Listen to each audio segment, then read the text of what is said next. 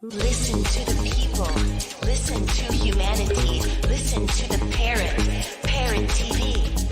Parrot TV. Parrot TV. Parrot TV. Parrot TV. Listen to the people. Listen to humanity. Listen to the parrot. Parrot TV. Parrot TV. Parrot TV. Parrot TV. Parrot TV. Listen to the people. Listen to humanity. Listen to the parrot. Parrot TV. Parrot TV. Parrot TV. Parrot TV. Undoubtedly, Africa is the best tourism destination on Earth. The continent is blessed with the most conducive atmosphere. To feel and enjoy these blessings, join the most productive one-week tour of the continent organized by Daylight Africa every September 2nd to September 9th to see beyond the fallacies about Africa on the mainstream media. Contact us at daylightafrica@gmail.com or call 718-822-5555. Daylight Africa.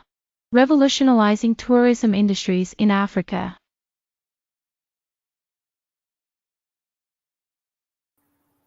Hello, welcome to Parrot TV's World Inkers Network program. I'm Dustin Pickering, your noble and honest host. Today we have Carlo Parcelli and Frederic Iriarte and from Sweden. And you know Carlo from the Foreign Policy Review, another program that we have here at Parrot TV. So let's get started with our discussion, and we're going to discuss Transgressive Poetics, the album that was released by Frederic in his program. And we're going to also probably get into some politics, so be prepared for our discussion to be pretty broad, and definitely going to be enjoying this. And so welcome to the program, you guys. How are you guys doing today? We're good. I am. Excellent. So tell us a little bit about your collab. You know, this is a very interesting collaboration, Transgressive Poetics. What is the meaning of transgressive? And what was the process like for you guys in collaborating with putting the spoken word album together? Well, let me just say that the transgressive end of it is that for the first, say, 30 or 35 years of my writing, I was trying to demonstrate the basis, the absolute foundation for global climate change and nuclear weapons. And it was the conclusion I came to was very transgressive, that it was the systems of quantification, the best examples being the calculus by Leibniz and Newton, and this extreme acceleration of the use of mathematical symbols and mathematics to determine what was real and what was not reality, to really take over the role of what was real and not reality. So I did that for 35 years, and I was ridiculed for basically everything I did, though there was some admiration for the fact that I was using Ezra Pound's canto style to make these things interesting. But about 13 years ago, I began writing these series of dramatic monologues based on poetry I greatly admired from a Welsh English poet named David Jones, who wrote two epic poems, In Parenthesis and Anathemata. And they're dramatic monologues, and each one of them contains very transgressive ideas. For example, just one example, I have one of the monologues is in the voice of Walt Whitman's major lover. And his name is, for some reason, I think his name was Peter Boyle, but it escapes me. Oh, Doyle, Peter Doyle. Yeah. And it's and it sets out to prove that Whitman is not the poet we think he is. And I can't think of another more transgressive example, because I have not run into, in my long life of being around thousands of poets, have not heard, and not one of them criticize Whitman in the fashion I do in that monologue. Mhm. And so Frederic picked up on the notion of transgression and was kind enough to set a number of my monologues to music. Exactly. In the first album we did, was called "The Tartar and Other Poems and Monologues," and there is a story of Dan Doyle. The oh, I'm trying to look at, because we have been working very much together, many things. Love letter to friend, was it not? Yes. Peter Doyle suicide letter. Yeah. That's Peter Doyle suicide letter, and that's where we began to collaborate. That was the first album, and recently we did the second album. Peter Doyle is Peter Doyle's suicide letter to Walter, Right. yes. which he actually wrote, but it's not extant. But Whitman answered the letter in this frantic stop and with a frantic note to Doyle, basically, "Don't kill yourself." Um, but they were lovers for many years. Yes, that's why. But I want to say thank you, Dustin, to inviting me. I have to be polite at the beginning. Right. And Carlo, it's very nice to meet you again af- after all the work we have been together. So it's very Yes. nice to be part of your show, and I'm very delighted and very honored to be part of it. Yes, Wonderful to and have you. So tell us a little bit about the process of creating the music for this. I mean, what sort of instrumentations do you use, and about how long do you think it would take for per track or so to, to put together something that you thought fit Carlo's monologue reading style? when I saw first time Carlo Parcelli, it was published at the National Beat Poetry Foundation, which you have a very big part of it, Carlo. I was listening. I said, "Wow, what a strong soul." Mhm. First, I was very impressed about how Carlo is narrative. His narratives and his presence with the words. Words they weigh, every word weighs 1,000 kilo or more. I don't know. There's very heavy words Mhm. all the way and very long, and never stop. It's a long story. It's going inside the other and coming on, and I was looking at Carlo. I said, "Wow, I like Carlos Parcelli's very much poetry, because he reminds me somehow of Shakespeare.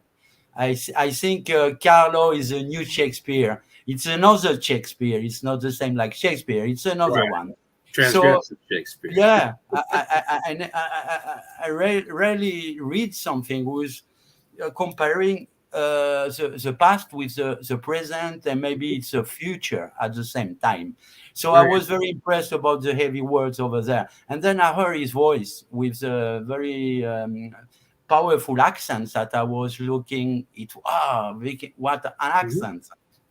And then I listen more and I say, wow, there is a rhythm in the poetry. So I say, tack, tack, tack, tack, rhythm. Mhm. And it is in the poetry. There is kind of rhythm I cannot explain exactly, Mhm. but I could get the tack.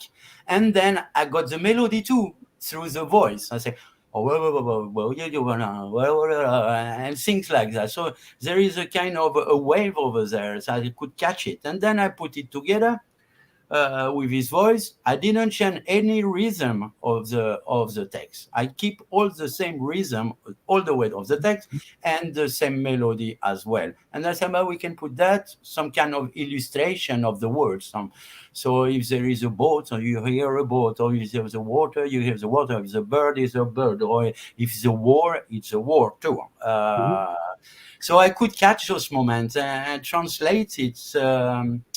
With sounds and even some pictures too. And then I did some films too, all over the thing. But I was very impressed, and I was more impressed when Carlo wanted to do the second album. I thought, I didn't make any mistake there. Because I was afraid that Carlo will be angry on me, because I thought maybe I destroy his poetry, Mhm. and I was very afraid. I thought maybe you're gonna cut my head somehow, or I was very afraid. But somehow I give another dimension to his poetry. I Right. put my salt of pepper and everything, and I give another dimension of his poetry because I want to make it somehow more popular. If they can't read it with their own eyes, maybe they can listen, and if they don't want to listen only to the words, maybe they more easily listen with the sound, and to make more popular. So I wanted to young people more interesting of Carlos Parcelli and other poets too. So are very strong souls, I can tell you. His poetry seems to be kind of a, like a conquest of questioning the past, and like, I mean, he mentioned himself, like the calculus and all of Newton and Leibniz and these guys that created our modern foundations. And so that's very interesting to go back to the foundations of modern society, modern capitalist society.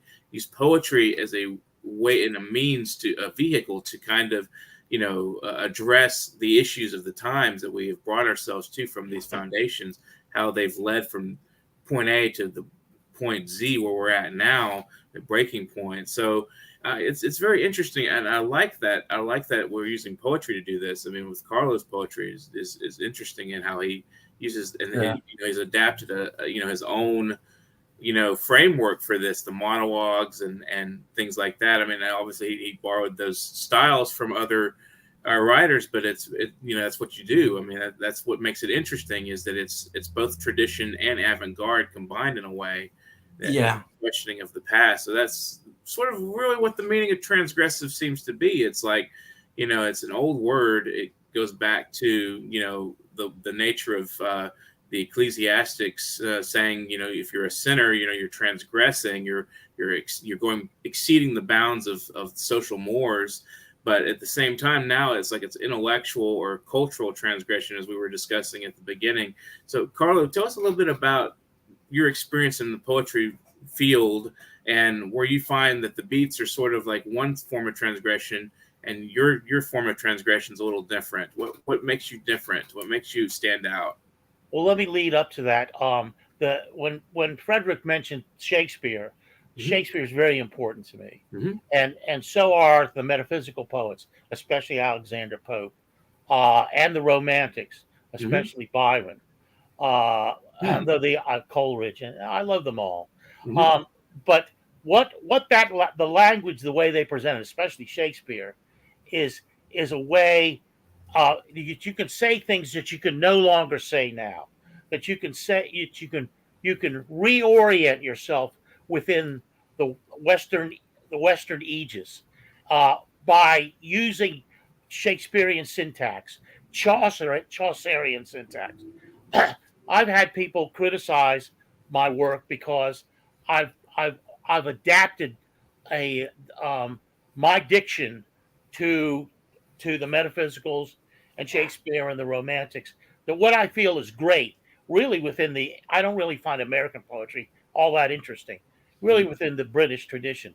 So ergo, the other thing Frederic was referencing is I read them in a Cockney accent. Now I'm no actor, and I've had British people criticize my Cockney, but I say to them, if Mick Jagger can talk in a caricature of a black Southern drawl, it's a total caricature. It's just as much an insult to black Southern musicians as my Cockney is to British Cockney people living in East End of London, or used to live in East End of London. I can do it. That's permissible, and but you can express your ideas in brand new ways if you listen closely to the music of Shakespeare. It's not the kind of syntax we get in most poetry now today. It's so much richer, and I can't break myself away from it. The transgressive question arises because you can say things that can't be said any other way, or I shouldn't say any other way, but aren't being said any other way. Every poet is sort of like on the same wavelength, and that's gotten international now. That it's become an international thing. It's navel gazing and that sort of thing. You can't say things from that perspective that I can say, and I'm very pleased to say it, and and I will continue to say it. The last monologue I just finished was in the voice of Alexander Pope, and it's entitled something like Alexander Pope buttonholes Thomas Betterton at the premiere of George Farquhar's play, I think, The Devil's Mistress in 1707. So it's in the voice of Alexander Pope, but it has tremendous contemporary Exactly. value. Yes, that I saw it too, all the way. Just briefly, And then I can relate it to my irrealism. You know, my book. Irrealism. There is another reality. The other reality. That's where we are going in parallel ways. But we met all the way. But it was parallel way. Irrealism, like you said, between science and reality, and irrealism. It's in between two. So it's the imaginations have no limits, and you use a very traditional speaking, which is not contemporary, but putting in it the contemporary environment, then you make it modern.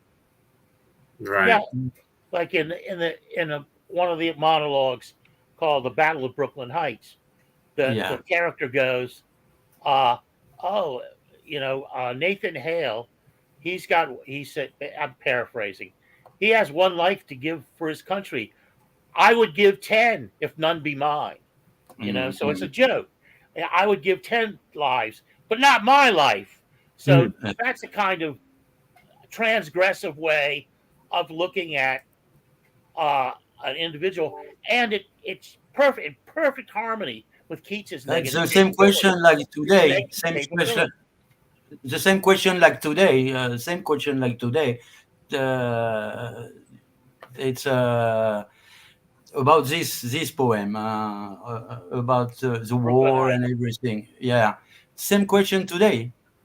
Yeah, and right. Well, But yeah. I can say it was not easy to work with your poetry, Carlo.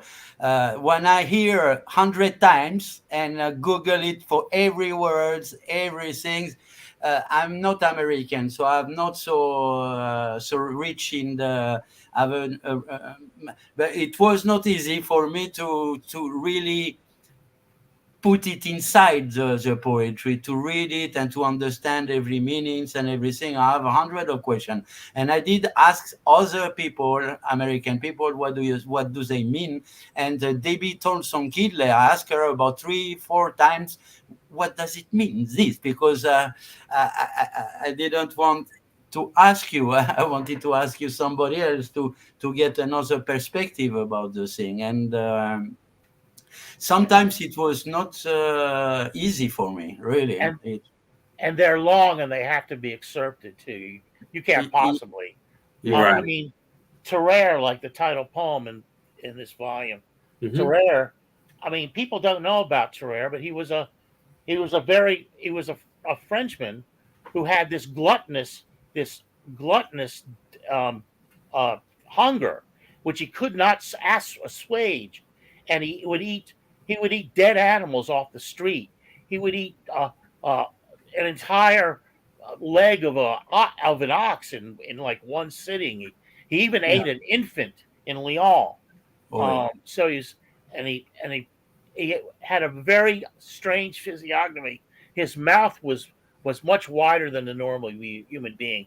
So much so that people of the time, doctors at the time, said you could look down into his gullet and see like Gargantua, or is it like Gargantua? Except he only weighed 100 or so pounds. He had such a rapid metabolism. So that's 19 pages long. You can't possibly go to the whole thing. But for me, it's one of my favorite ones to perform because, as you would think, he became part of a carnival. So the voice of the poem the voice of the poem is from a carny barker, So it's like it works, I'm going to go ahead and play a track from Transgressive Poetics. It's called Buenos Aires 1962. Oh, I love that one. Yeah, it's very short. Robert Lowell. A couple minutes. Yeah, and we'll let you discuss a little bit about what the process was, the meaning of the poem. So I'm going to go ahead and play that right now. And he swears I had a hunch. So we'll start it back over. Let's You are one of Langley's bunch. I fear that Epiphany's going to be I'm going to try to get it to start at the beginning.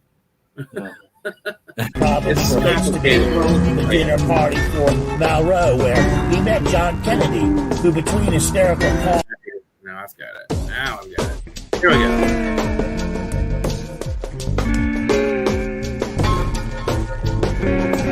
6 martinis before lunch. Fogs his specs. Throw his life akimbo just enough.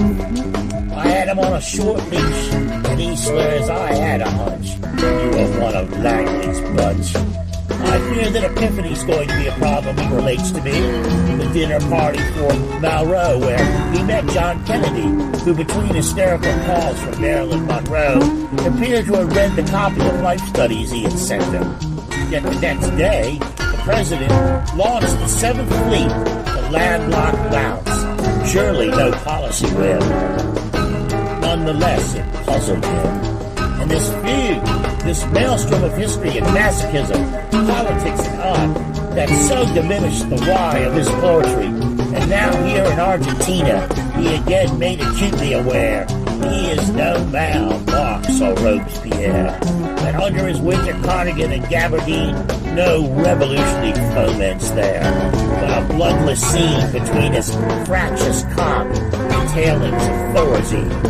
Little more than lull and gin laid bare. And as we wander from the Teatro Colón to the Avenida 9 del Julio to the thoroughfare with obelisk drawn as a sword as Marino rode. And so Robert draws his own from beneath his overcoat, and a myth is born. Naked, frantic as a spider, clawing the ascent of the tub. A poet, a warrior in metaphor only, and that was the rub. Found impregnable in the Austrian equestrian statue of General San Martin. Monumental statues, too masted, even for his ego. No Colonel Shaw saber at his hip, with his raw Negro troops, shaking to tear their world right side up. Just the CEO, naked, exposed, like the fly entree in the General's Plaza. Less than any Union conscript led out in the righteousness of his cause. This neotenous species, the agency had made me babysit. His high ground overrun by regret and shame and remembrance of the Union dead. The common fate he could not abide. Sought to sit astride a bronze mountain, his long arms wrapped about the General's hips, a pillion hurled toward some unquenched apocalypse.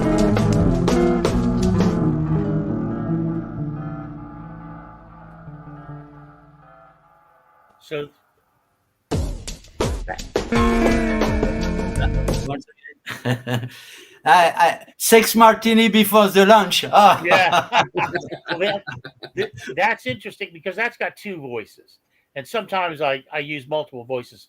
The monologues are like little plays, and that's in the voice of I can't remember his name offhand. I write so much, but Lowell went to Buenos Aires in 1952 to give a series of readings, and he met Borges and that sort of thing. And he was, if you know anything about Robert Lowell, he was not only a fine poet most of the time, but he had at least 24 breakdowns in his life, nervous breakdowns. And so he goes to Buenos Aires, and he meets this man that's supposed to be his handler. Well, the guy turns out to be a CIA asset, but he actually wrote 4 novels, but he's kind of off the grid, and he worked for the CIA. So that's Yeah. the voice of the CIA asset, not Uh, not Lowell's voice. So yeah, I catch it. I catch it. It's 6 martini before the lunch, and on the boat somehow. So the boat is floating or something like this. You get a bit sick, and Mhm. yeah. So, meet many people like Monroe or yeah, American artists or actors and everything. It was many things. yeah. So this guy's watching him doesn't like the fact that he has to babysit Lowell, who's having a nervous breakdown. He's Yeah, drinking heavily. He tries to climb onto statues. Every statue he sees, equestrian statue, he tries to climb up and get behind the general on the yeah, horse and that sort of thing. And he's really sick of it. And then you get Lowell's point of view, which he sees that this guy, he susses out this guy's working for the CIA, and he's sick of being in this world where he's followed around and he's spied on because of his anti-war yeah. activism and poetry. So It sounds. it's a real it's so they get there's a kind of give and take between the two of them, but never Yeah, directly. It's just what's going on in both of their minds, thinking about the world of the each of the two different people, two different characters. That's yeah. one of my I work so hard on that. My methodology is to read. So I read Ian Hamilton's biography, and I read tons of other stuff on Lowell, even though back in when I was an undergrad, I had taken a course on Lowell. I admire Lowell. I really do. I think he's an extraordinary poet and often an extraordinary poet, kind of like Yeats. You don't want to read Yeats's early stuff, Pale Perfect Hands. You want to read the stuff after Ezra Pound got a hold of it and said, stop doing this stupid, what James Joyce called the cultic toilette. It's Uh-huh. like the Celtic twilight and all these Irish things. He's Joyce he just Uh, was having none of it. He called it he but called is it there is comparable with the Gonzo? With what's that? Gonzo, Gonzo, the Gonzo festival that. Oh, right, that Ron Whitehead puts on. Yeah, is there something comparable with him or not? The kind of freedom, total freak. He do what he want and live like Well, he feels. that's where the that's where the cultural transgression comes in. That they're culturally transgressive there. I'm intellectually transgressive. I'm not culturally transgressive. I'm always digging deep. Ron Ron tells stories about his own experience. Yeah. I never mention myself in any work I've ever done. I've never made an appearance. Okay. So on paper. Yeah. So it's a Uh, total difference. It's culture. It's what I call culturally transgressive. I mean, uh, excuse me, intellectually transgressive as yeah. opposed to culturally I transgressive. didn't compare to you. I did compare to the poets you mentioned it just right now. Robert Lowell and Oh, Yeats. Lowell. Uh, Yeah, well, Lowell is intellect. He's the intellect. He's not transgressive so much as he was. I don't know how to describe it. It's probably not fair. So, he wasn't intellectually transgressive in the way I was. His syntax was straightforward. He was when he wanted to rhyme, he wasn't writing blank verse. He was a master at rhyming, uh, and his themes are are very. He takes them down. He's very personal. What I used to tell young writers about that ask me about Robert Lowell, I say, don't try this at home because he was crazy enough. He was tortured enough to write like that.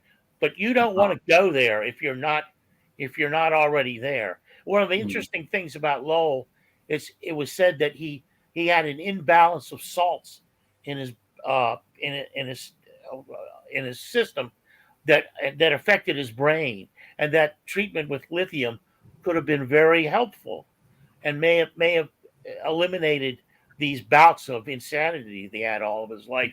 But you don't mm, want to, you can't pretend you're insane. If you're insane, you're insane, And No, there's so all much, artists are insane. so much real Makes me torment. think of Rothke too, a little bit.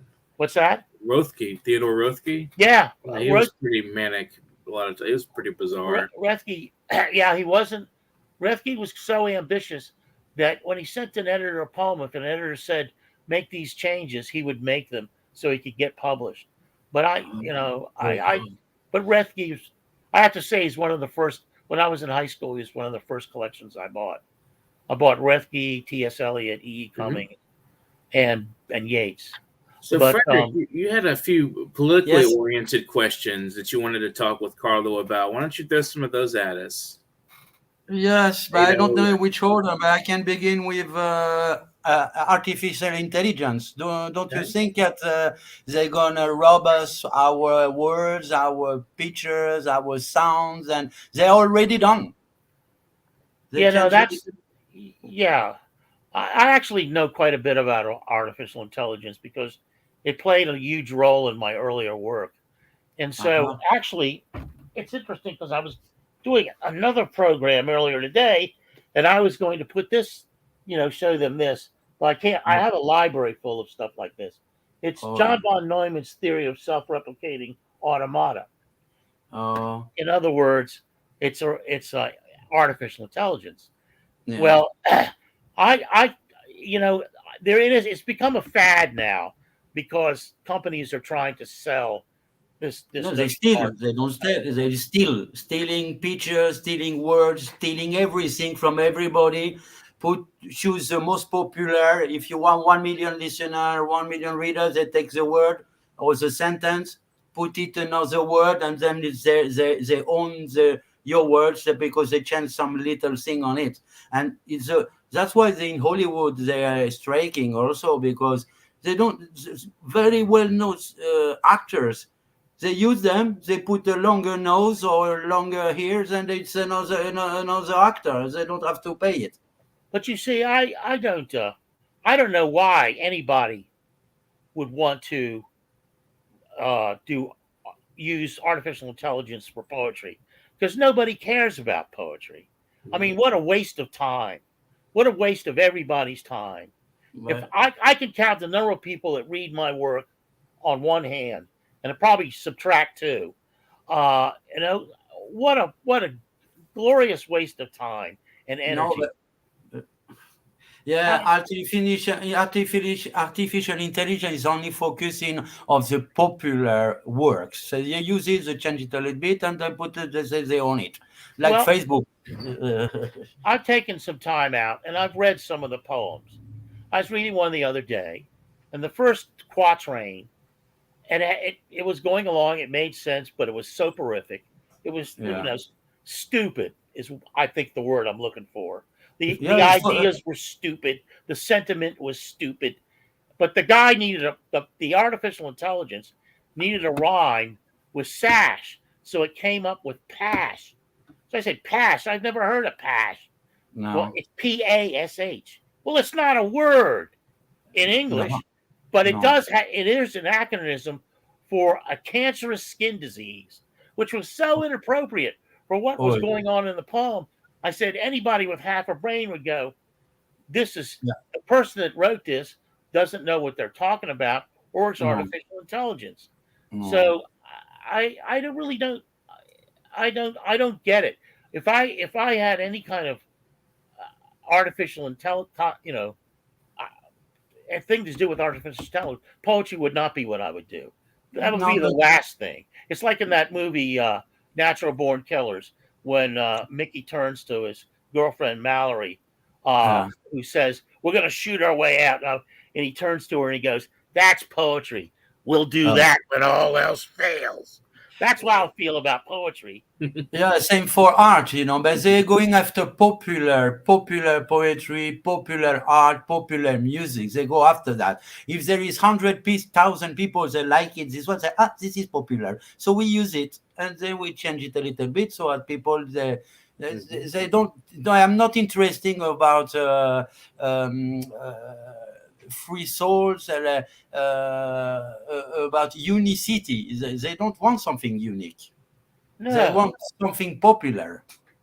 Right. Well, I don't even know how the algorithms work. Mm-hmm. You write 3 words and they make a picture of it. Mm-hmm. You don't even need to write 3 words. They can find your 3 words too. Yeah. So Right. that form of artificial intelligence, I see sort some a big threat for the cultural expression. That's what I see. Artificial intelligence, it's a rape. well, what really concerns me about artificial intelligence is this estriol.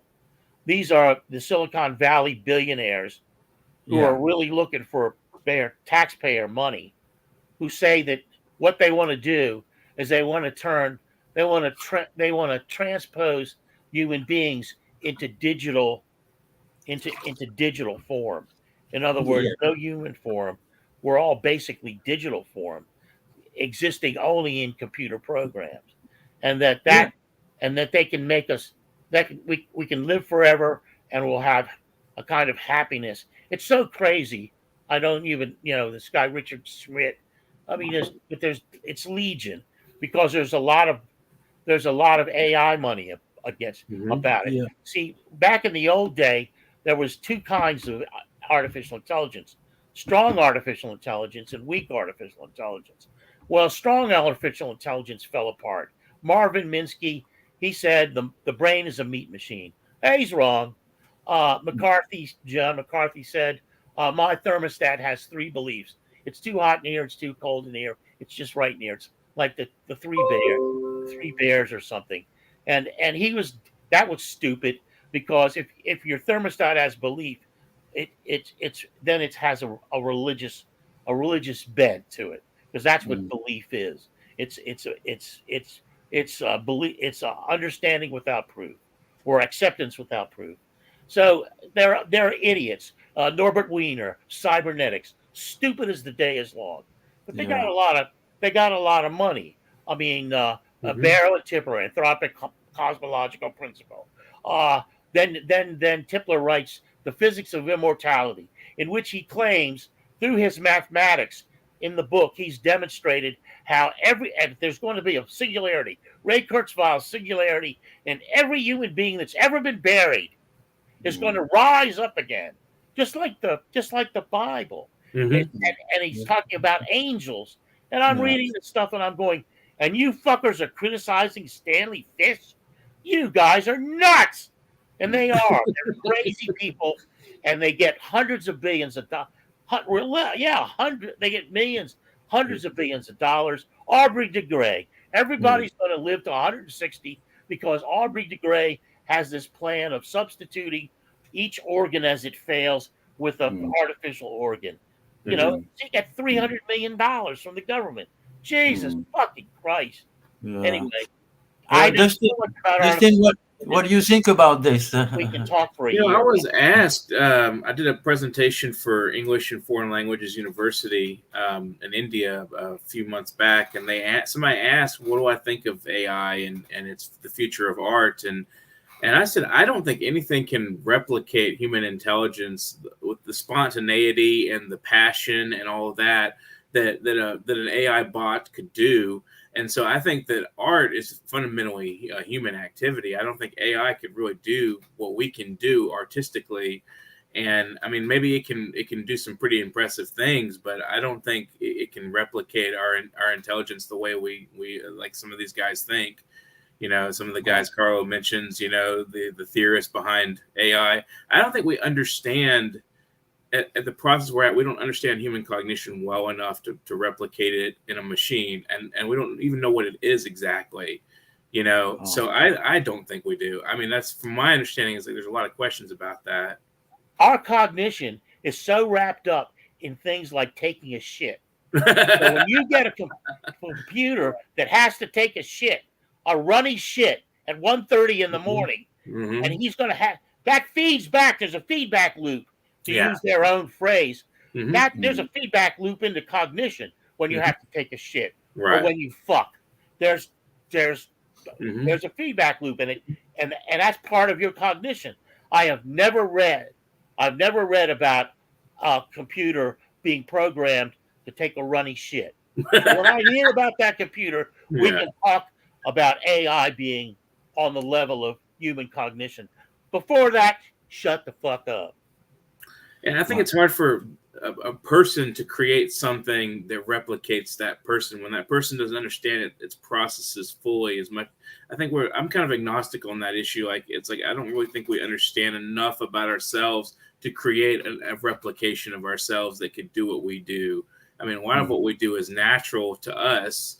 And I know, and it's like, you want to say like art is a human activity, but it's also an animalistic activity, because birds create, beauty in their nest to attract mates and to do things, to make beauty. So, I mean, it's like beauty is just a natural thing. Even at these bots, if they take over the world, they're going to create beauty in some way, but they're not going to do it, because I don't think they're going to do it. I mean, that's like something that I'm passionate about, is humans are part of the nature, and we can create things that are tools for our well-being, but I don't think that we will create something that will replace us, that comes from us. I mean, it doesn't make sense to me. No, that's really comfort me very much what you're telling, because I actually threatened. I hate artificial intelligence, or I feel threatened. So Yeah. but it really comfort me that you say art is natural and it will never be done by a machine. See, but I always said, and this back 50 years now, I would tell my wife, it's not so much that robots they're making robots that they can think like humans. It's that they're making humans think like robots. Right. It's feeding back to us. Yes. There's that whole rumor that going around about the morality of these machines that they're gonna imitate us, and if we don't learn to cooperate and be kinder to one another, they're gonna turn against us. Which is interesting, because it's like we've created something that's gonna domesticate us. It's like we become its pet, in a way. It's pretty fascinating to me how that feedback loop is. Carl mentioned the feedback loop. It sort of feeds back to us, in our behavior. And teaches us, we're looking at something that's like us and not like us, that it's like us and it's not like us at the same time. So we kind of have something to compare and contrast with, and it feeds back to our behavior and makes us think a little more deeply about how we behave. I think that's more like what we'll see in the future. Hopefully, if technology processes work, we'll see a better future instead of a worse one. I think. I mean, I hope. Then I don't think they'll take over our world and destroy us. I hope not. I'm more concerned with global warming and climate change. Things like that destroying us than nuclear weapons. But AI did enter in my pre-current poetry, when I was using Pound's canto style. AI did enter very heavily, especially very heavily as a third element that was destroying the world. And there are dozens of quotes from different that's a 110-page poem. There's dozens of quotes counter with it, basically arguing against each other. With Pound's layering, you have a quote here and then you layer it with something else. You form a dialectic, and that poem it's only been published online, never been published in book form, but it creates a dialectic between the people like John von Neumann and all these proponents of strong AI and all the arguments against it. And there's some very good arguments against it. Anyway, that's a big topic. Do you have another question, Frederic? We can move on, I have 1, 2, 3, 4, 5, 6 more questions. Let's go with one more. We're past our time limit, but let's just go a little bit of more time. I think we can do one more about question. NATO. Sweden is trying to go into NATO, and have been an alliance war alliance in 250 years, and now suddenly they want to go to NATO. All the cultural money in Sweden is going to the war machines. There will be no more cultural grounds or other things, because all the money go to the military. And even in France today, they double up the NATO money in France.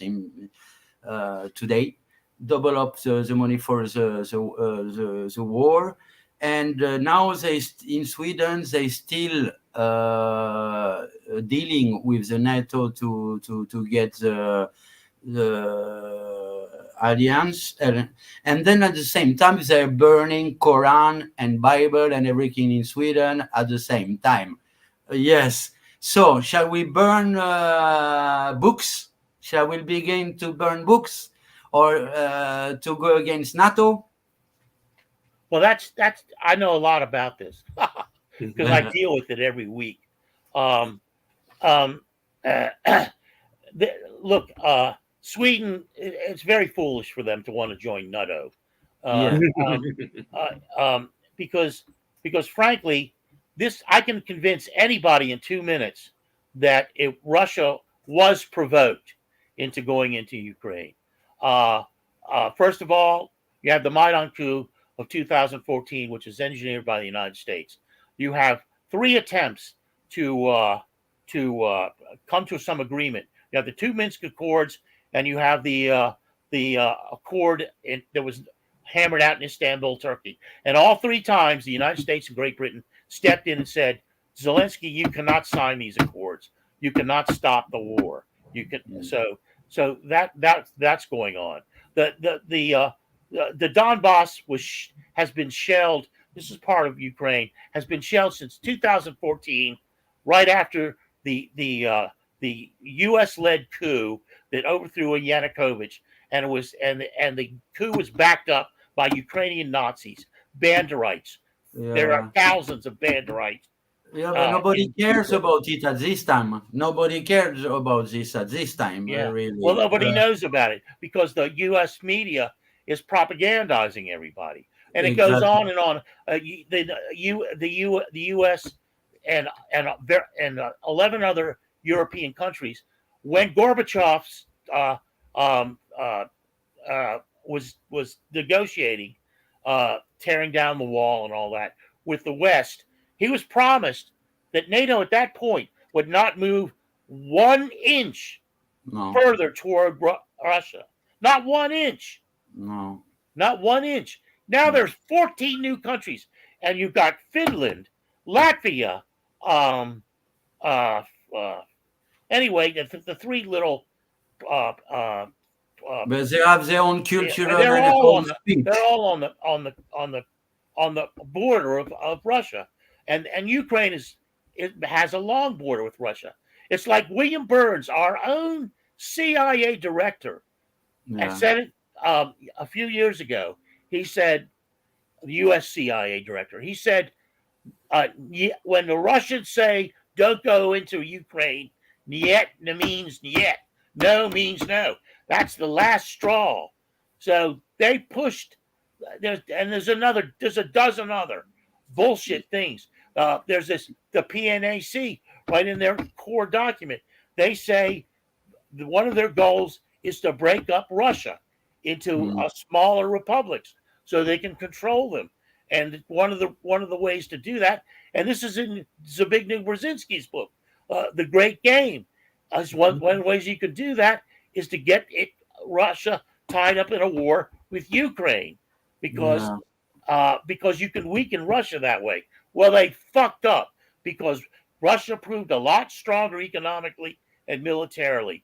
So But I think it's your problem. It's your American problem. Yeah, in Sweden, in Europe, they don't want wars. They just want to collaborate, have peace, and have a nice collaboration. I can mention that today I show one video with Rich Ferguson in Berlin, in Switzerland, which is called A Peace Letter to Ukraine. There is about, and he have been showed in Los Angeles at a digital museum in Los Angeles last year, and this year now, today in Berlin and in Basel in Switzerland.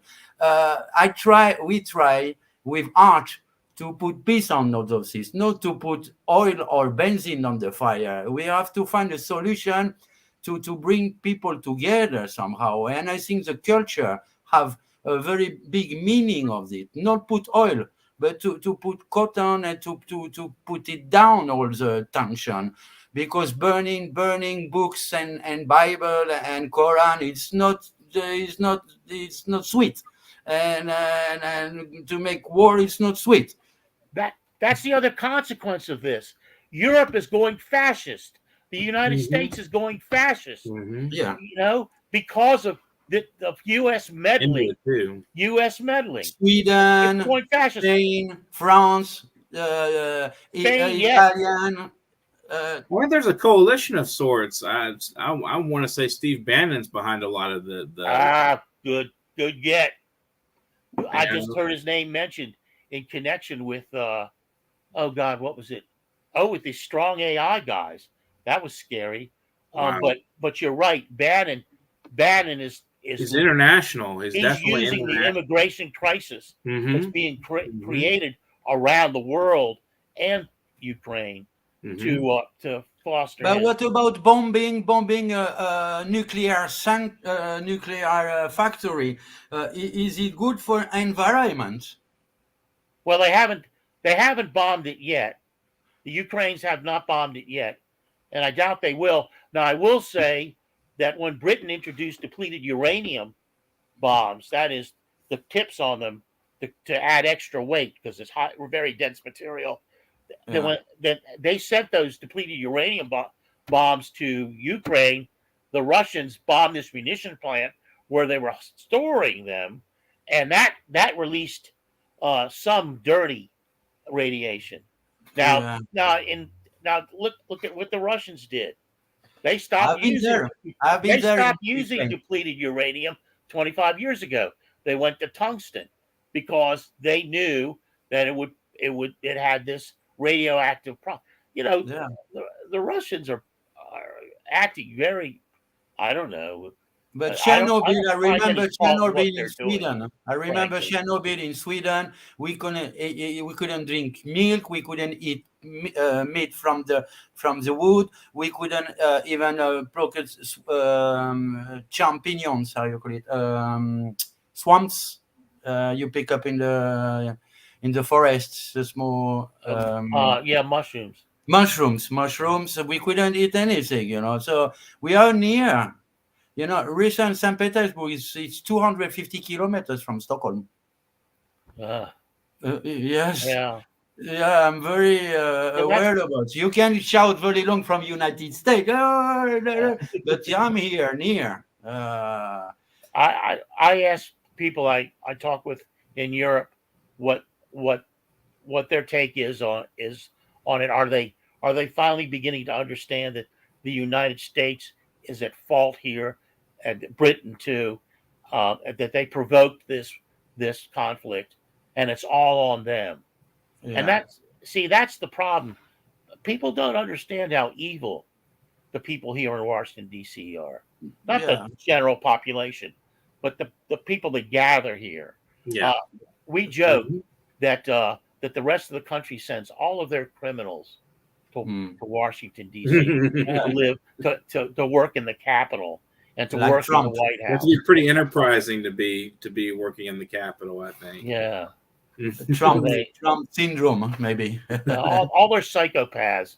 Or Yeah. if you want to, you could put a sign out in front of the Capitol, asylum for international psychopaths or national psychopaths. There is something I don't understand. I said, why Americans are so against many countries making war in Afghanistan, making war everywhere. They have been starting war. Money. And then they are themselves immigrants. Yeah. All American immigrants. That's the feed. What's the feed loop? Feedback loop. Because I did a lot of work in Central America in the 1980s, and that's where it became perfectly evident why these people were coming to the Mexican border. It's because the United States had killed hundreds of thousands in Guatemala, had instituted death squads in El Salvador, had overthrown several governments in Honduras, had fought against and tried to destroy the Sandinistas and all the good they were doing for people. That's why people were leaving, because the United States was making it a hell making it a hell to live there. Sanctions. That's why people come from Cuba. So then these people who are just trying to flee to the belly of the beast, which has destroyed their country, are once again used as pawns for racists and bigots. And then you get Bannon's loop. Here they are. Vote for the most racist motherfucker you can find, like DeSantis, and let's get rid of these people. I can tell you that in Europe, they're a bit laughing about Americans. They think, Europe is 60,000 years old, from the people from the caverns, they was drawing on the wall, and in south of France and everything. They have cool place near the sea, fishing fish and everything. 60,000. And then 350 years here in United States, making so big difficulties for many other countries. They are not. It's not so very popular, America in Europe, really. Good. And because of those wars, and because of the first law that you can carry a gun everywhere where you want, and just this, it shouldn't be allowed anywhere. Yeah, but they only had They only had strict gun laws when the Black Panthers started carrying guns. Yep, absolutely. Yeah, that was Reagan too. Yeah, that was Reagan, man. He was afraid of the Black Panthers. Yeah. So I think we have to wrap it up now. But it's been a really good conversation with you guys. We'll have to have another show sometime soon. We went a little bit over our 40-minute limit, but hey, it was worth it, I think. This was fun. Can I make some advertisement? Go for it. Do it. So I have about 40 albums with unique sex electroacoustic universal music, produced by my edition company, Iriarte and Music and Film Editions. And there is over 250 videos on YouTube, also art videos with poets from all around the world, from United States, from South Africa, from Australia, and from Europe, Sweden. So have a look in YouTube, have a look in Bandcamp, and yes, and bye. Yeah. Absolutely. You've been watching World Inkers Network, and we had Carlo Parcelli and Frederic Iriarte today. So take a look at some of the work on Bandcamp and YouTube of Irrealist Art, and take a look at that company, and find them on YouTube especially. It's got some great material. And if you want to support our program and our programming at New York Parrot, you can PayPal us here at paypal.me/nyparrot. And if you want to be on the program, we'd love to have you as a creative mind. You can get in touch with me, Dustin Pickering, as a guest writer on publication.worldinkers@gmail.com. That dot is very important. It won't go through without the dot. It's just like our artificial intelligence bot. If you don't have it, it's not going to go into the email. So yes, please do remember the dot, publication.worldinkers@gmail.com. Send a headshot, a bio, and if you have a sample chapter, a few poems, whatever it is you're working on, spoken word tracks, we'll get them on the show. We'll put you on, we'll interview you, and we'll spotlight your work, and we'll love to do that. So thanks for watching. Subscribe to our channel while you're watching right now. Just hit that subscribe button and be notified every time we come live. You can check out Carlo again at Foreign Policy Review on Thursdays at 11 a.m. Central Standard Time, and this program will run as needed on Saturdays and Tuesdays. So thanks for watching, and have an excellent, excellent day. And remember, the trick to writing is to just do it and get it going, get your pen moving, and get to writing. Thanks, guys, for watching the program today. Go for it. Listen to the people. Listen to humanity. Listen to the Parrot. Parrot TV.